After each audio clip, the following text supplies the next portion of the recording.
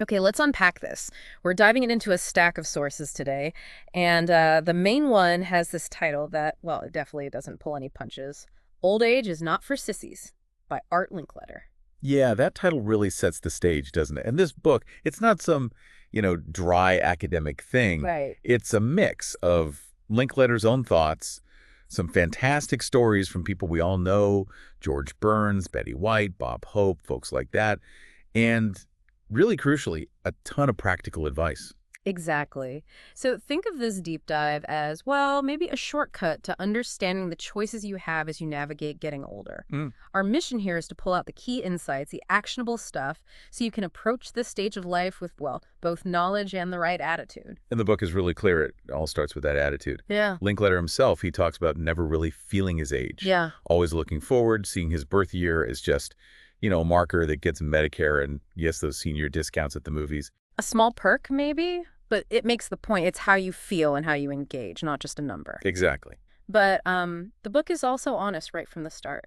It does acknowledge the tough stuff that can come with age, loneliness, maybe guilt, sometimes a dip in self-esteem. Right. It doesn't gloss over those challenges, Yeah. but it insists they can be faced, head on. The big emphasis right away is attitude. Okay. Linkletter's advice is pretty direct, actually. He says, straighten up, shoulders back, sharpen your senses of humor, keep control of your lives, and remember, a little rebellion now and then is a good thing. I love that quote. A little rebellion. And you really see that refusal to just sort of fade away in the people he profiles. Oh, absolutely. Take George Burns. His whole view on age was legendary. He'd say things like, I was old when I was 18, and when you're 91 and you're working, you're 18. Classic Burns. He just saw age as totally irrelevant to what you could do, and he was famously against retirement. Right, playing with your cuticles, wasn't it? Yeah, exactly. Call it just sitting around playing with your cuticles. For him, work wasn't just a job. It was like his life force. And then you have Betty White, who the book calls real to the core. She and that whole Golden Girls cast really did so much for how people saw senior America. They really did. And there's this lovely image in the book of her with all her dogs piled on the bed while she's doing fan mail. A black cat, poodle, shelter puppy, her golden retriever, Dinah. Oh, that's sweet. It shows that warmth. It does. But her view on loss is also really, really insightful, especially grief. She talked about losing her husband, Alan, and her mother, but without guilt, focusing instead on the strength and comfort they would have wanted for her. It's about, moving through the pain, but honoring the past. That's a powerful way to look at it. Bob Hope, of course, had his classic joke about the 3 stages. Youth, maturity, and, God, you look good. Huh. Yes. Yeah.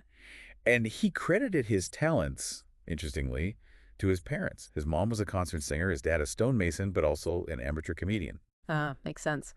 And Lucille Ball started I Love Lucy at 39. Talk about a late bloomer hitting it big. Incredible. And she was apparently still dead set against retiring in her mid-70s. Wow.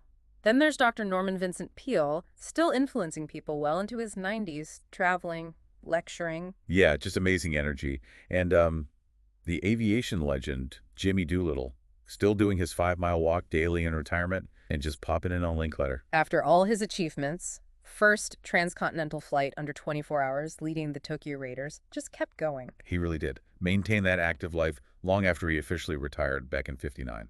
These stories, they aren't just nice anecdotes. They really are living proof of the book's main idea. Age doesn't have to define your capacity for life or activity. Exactly. It really hammers home that attitude is just paramount. But okay, attitude isn't everything, right? The book acknowledges that. Absolutely. It's very grounded. It moves right into the emotional challenges, specifically grief and loneliness, recognizing these are big hurdles for a lot of people as they get older. And it defines grief quite broadly, not just about death. Losing independence, having to leave a home you love, that's profound grief too. Right. And the book notes that while we often think grief takes, say, a year or two, studies show it's really varied. Some people navigate it relatively okay.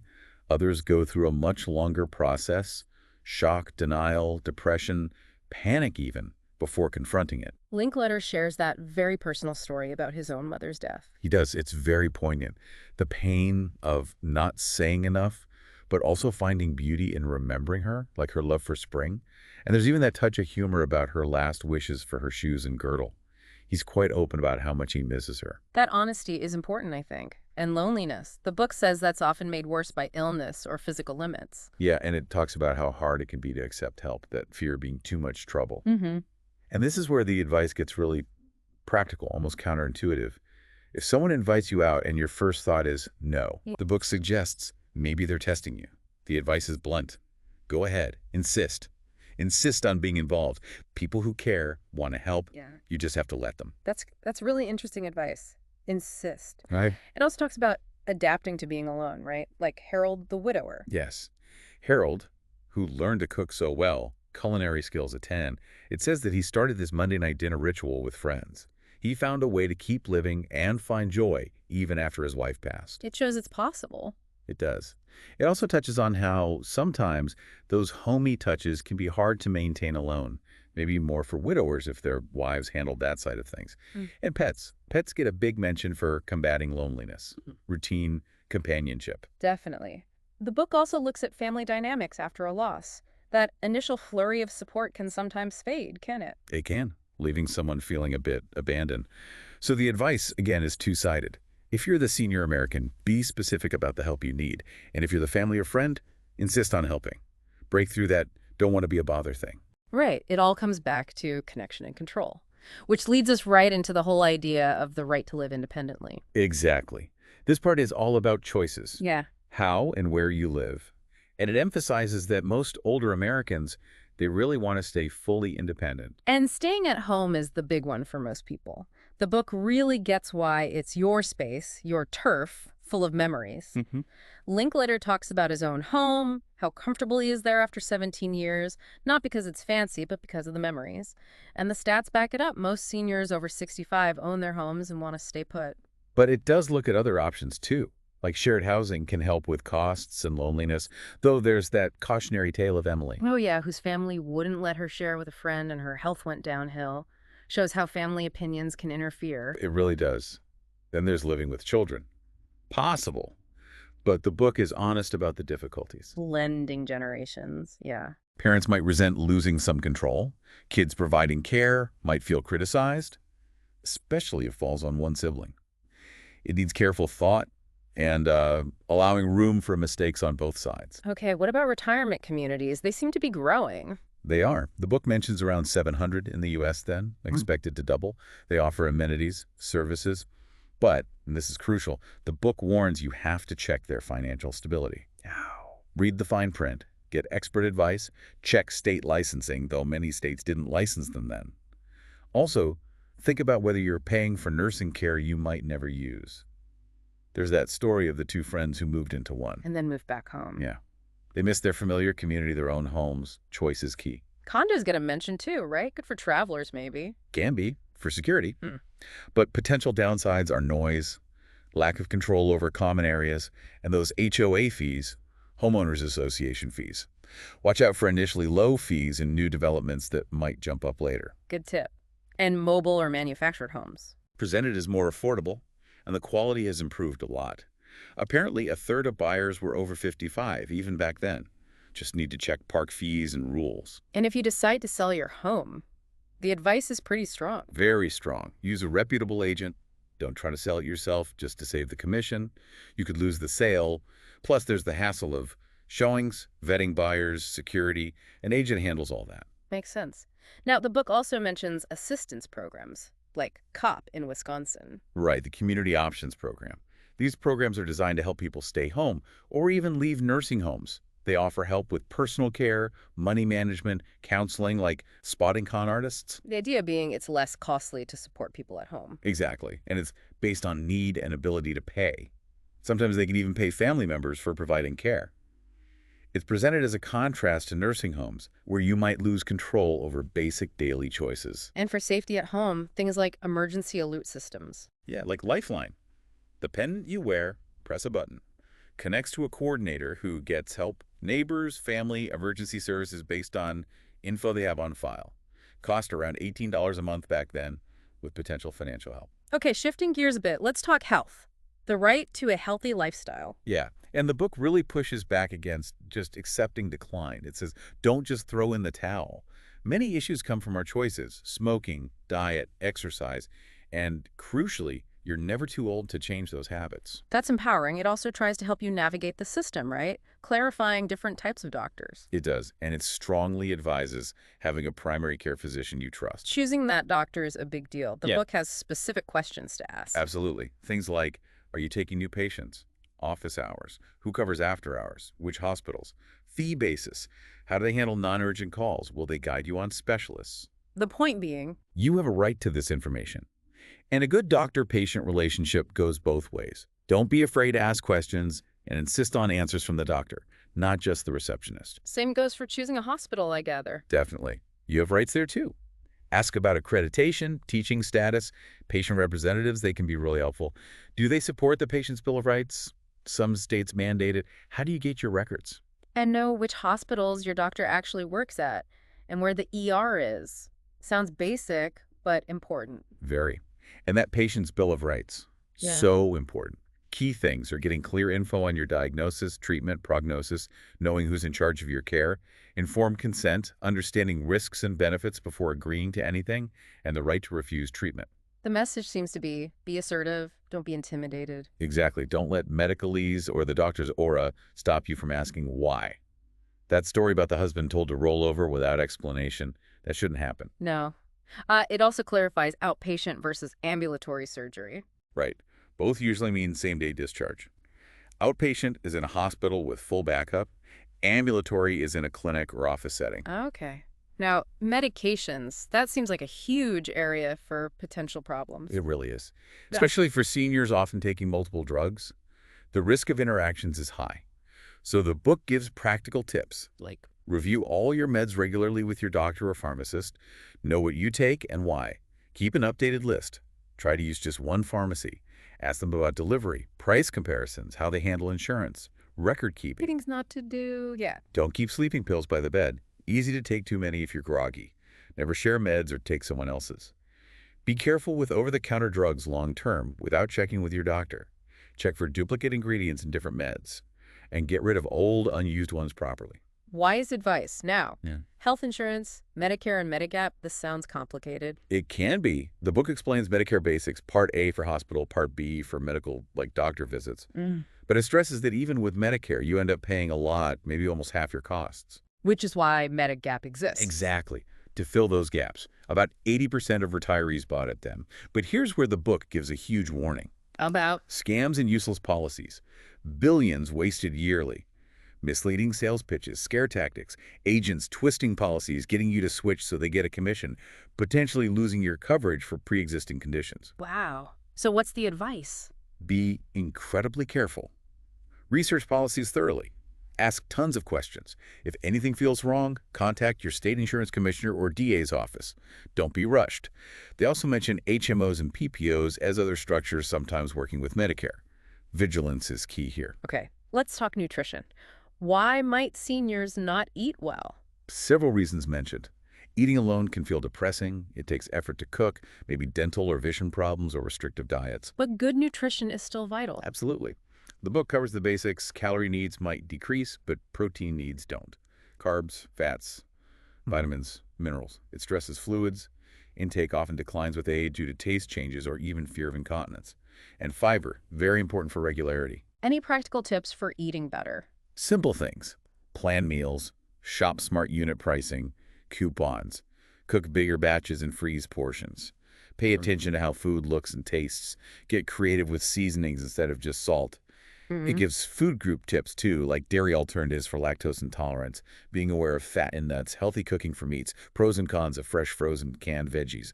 There's even a sample daily menu. And physical activity. Sounds like the book is a big fan of walking. Huge fan. The mantra is, inactivity breeds inactivity. Walking is promoted as simple, effective, walk for your life. How should you walk? Briskly, confidently, swing your arms. And some common sense safety tips. Don't flash cash or jewelry.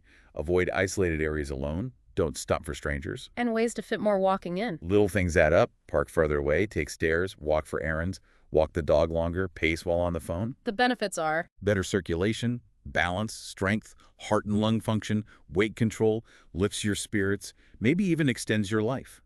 The book even talks about getting psychologically addicted to walking in a good way. okay, let's shift to something maybe more fun. The right to unrestricted travel and leisure. Yes. The message here is aging isn't an end to activity, it's a new beginning for challenge and adventure. It's about choosing how you spend your leisure time and expecting help when you travel. Airlines value seniors, apparently. They do. Check for senior programs. General tips include booking ahead, researching destinations, reading the fine print on travel packages, and using a travel agent can be really helpful. They can arrange wheelchair assistance, special meals, things like that. Standard advice too. Limited cash, avoid flashy jewelry. But there are travel scams to watch out for. Big time. Be extremely wary of free offers that sound too good to be true. Never, ever give personal or credit card info over the phone to someone who called you out of the blue. What should you do? Ask for written info first. Or just hang up. Check reliability with a travel agent, the Better Business Bureau, BBB, local licensing offices. Be skeptical. The book mentions specific travel resources. Elder Hostel. Yes, Elder Hostel sounds fantastic. Opportunities for study, travel, companionship, living simply on college campuses for usually a week. For people who want to learn and have adventures, don't mind basic accommodations. We'll definitely put contact info in the show notes for this deep dive. Good idea. And travel health insurance. Important for travel abroad. Policies can cover medical bills, maybe help with lost documents. IAMAT is also mentioned, International Association for Medical Assistance to Travelers, a free service with a directory of trusted medical centers worldwide. Again, check the show notes for links. And something called the American Security Card. Briefly mentioned as a tool to keep vital info, insurance, doctors, emergency contacts, medical history, legal docs like a living will, bank info all in one accessible place. Useful for travel or just at home. Okay, that leads us into the really crucial, maybe sensitive area. Financial security and freedom from abuse. Absolutely critical. Because while some seniors are fine financially, many face challenges, low Social Security, fixed incomes, making them vulnerable. The book talks about finding your banker, like finding your doctor. Exactly the analogy. Treat it just as seriously. Find one person at the bank who knows you and your situation. Someone who can guide you, maybe caution you, connect you to services. Choose a convenient bank, sure, but ask specifically for an officer assigned to seniors or a personal banker. That contact is key for resolving issues. What about the stock market? Extreme caution is the advice. There's a story about a woman whose broker churned her account excessive trading just for commissions, putting her in high-risk stuff. Yikes. What's the recourse? Often just arbitration, which is pointed out. So the advice is research your broker and firm, get their standards in writing, react immediately if something seems wrong. And financial planners. Another minefield. Can be. Many are unscrupulous, the book warns. You have to be really well informed. It recommends getting the BBB's brochure on financial planners. Check credentials. How they're paid fee only is often better than commission get references. Check their network. Be super wary of guaranteed high returns or no-risk promises. That's often a scam tip-off. Bottom line, it's up to you to protect yourself. Estate planning, wills, trusts. That sounds complex. It is, but important. Your estate is everything you own. Planning is about passing it on how you want. Start early, 10, 15 years before retirement, or now if you haven't. A will directs assets, names an executor. If you die intestate, without a will, the state decides. A living trust is another tool, passes assets outside the will. Okay. Social Security. How's that explained? As a system where current workers' contributions fund current retirees, disabled folks, and survivors. It lists who gets benefits. And importantly, how to appeal if you disagree with the decision. Start local. Involve advocacy groups, even your congressperson's office. You have to report changes income, address, family status. And receiving checks. Direct deposit is highly recommended. Lost or stolen paper checks are a nightmare to replace. If someone can't manage their own affairs, checks can go to a relative or guardian. And there's a small death benefit, $255 back then, for eligible spouse children. But you must apply. SSI, supplemental security income, is mentioned too if Social Security is very low. Right. Now the really tough part. Freedom from abuse, especially financial fraud. Seniors as targets. Yeah, the book is very direct here. Legislation helps, but individual awareness and action are key. People need to speak up if they know someone's being victimized. What specific scams does it highlight? Several common ones. Home repair scams. Yeah. Demand money up front, then disappear or do terrible work. Always get multiple bids, check references, get everything in writing. Okay. The money pitch, classic pyramid schemes. You pay to join, promises you get money back by recruiting others, illegal, and you lose your money. Chain letters, too illegal, same outcome. Mail scam. Be cautious of anything sounding unbelievable. Verify reliability before sending money or info. Housing and land frauds. Selling vacation spots or retirement homes that aren't what was promised. Maybe no utilities, maybe the swampland. And medical frauds. Selling useless gadgets or cures, or billing insurance for services never provided. The core defense the book stresses is awareness and skepticism. If it sounds too good to be true, it almost certainly is. Don't be rushed. Don't feel pressured. Never give out personal info or money without triple-checking who you're dealing with. Wow. That really was a deep dive. We've gone from the power of attitude all the way through navigating, well, some really complex practical stuff: housing, health, finance, scams. And the thread holding it all together, really, is this idea that aging is a stage full of choices. Exercising your rights, staying informed, being assertive, that's how you maintain control and live fully. It's absolutely not just about limitations. Not at all. Yeah. So, drawing on everything we've unpacked from this book today, here's the thought we want to leave you with. Based on all this, what is one specific choice, or maybe one action, that you could take starting right now to approach your tomorrow, just one day at a time, with a bit more knowledge, more control, and maybe, just maybe, that little spark of rebellion that Art Linkletter and Thomas Jefferson before him seemed to think was a good thing? Just think about that one step. Could be small, could be big. Asking that question about your insurance, setting up that bank meeting, or maybe just deciding, yeah, I'm going for that brisk walk today.